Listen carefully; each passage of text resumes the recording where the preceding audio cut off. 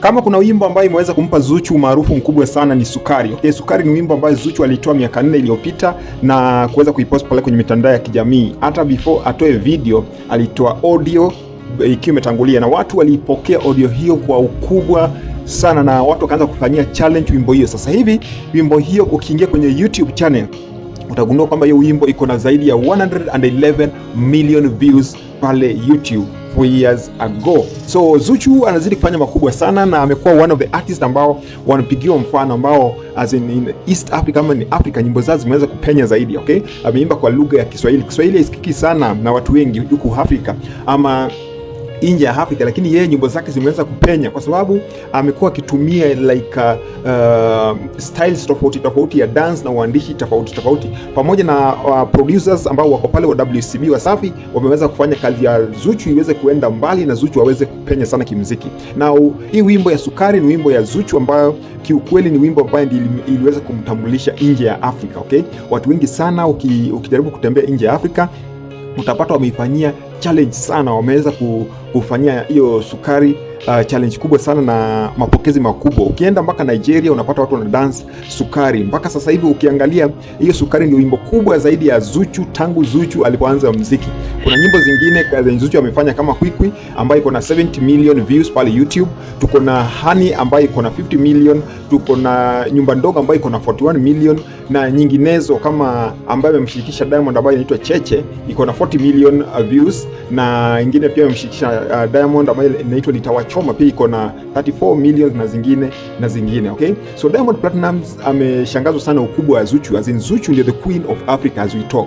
Tunaenda na fact because hata subscribers wake sasa hivi tunavyoongea iko na 3.95 million pale YouTube na imekaribia 4. Hakuna mwanadada mwingine Afrika ambaye amefanikiwa kupata subscribers wengi kama hao. Okay, tuko na wanadada wengi sana hapa Afrika kama kina Yemia Lade na wengineo, lakini hawajawahi fanikiwa kufika subscribers wengi kama yenye Zuchu ako nayo. Okay, so Zuchu anazidi kufanya vizuri kwenye mitandao ya kijamii, anazidi kuvuka mipaka na anazidi kueneza nyimbo za Swahili to the nation. Okay, so Zuchu pia kuna nyimbo zenye wamefanya na mtu kama Rayvanny ambazo zimefanya vizuri sana Afrika.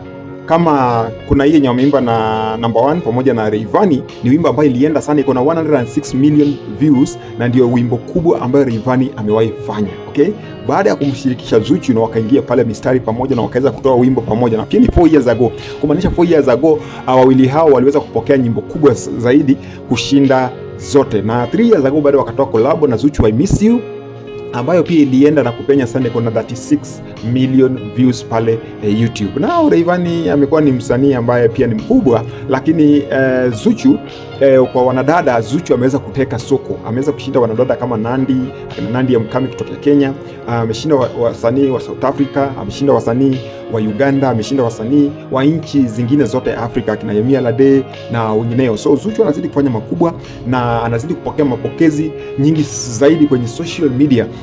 Okay, tangu atambulishwe kama msanii wa kwanza wa kike pale WCB, na ni msanii tu ambaye ni wa kike ambaye amewahi tambulishwa, hakuna mwingine tena, ameweza kufanya makubwa sana. Okay, watu wengi walikuwa nadhani pengine Diamond anaenda kuintroduce another lady as a female artist pale WCB, lakini wamengoja wanaona tu male artist. Lakini Zuchu alikuwa mmoja wa mwenye alibahatika, sijui kama niseme ni bahati ama ni mapenzi, kwa sababu tunajua wawili hao ni wapenzi ambao wameshaketi kwenye mapenzi kwa miaka zaidi ya 4 hivi, wamekaa kwa penzi lao na hata juzi wameweza kufunga ndoa. Na Zuchu na ukubwa yake na nyimbo ambazo ametoa imewashangaza sana watu wengi Afrika ambaye wamekuwa wakimfuatilia na awards ambazo amekuwa akiwin na kadhalika. Na Zuchu anazidi kuwa the topic of the day, the topic of everything. Na juzi tuliona ameweza kufanya collab wakiwa na Yemia Lade, wametoa wimbo ambao inaitwa Lollipop. Okay, so mimi nilidhani pengine kama Yemia Lade msanii mkubwa ameona Zuchu anafanya vizuri nao hawezi kufanya collab na yeye, alete kinyongo kidogo, alete 1 2 3,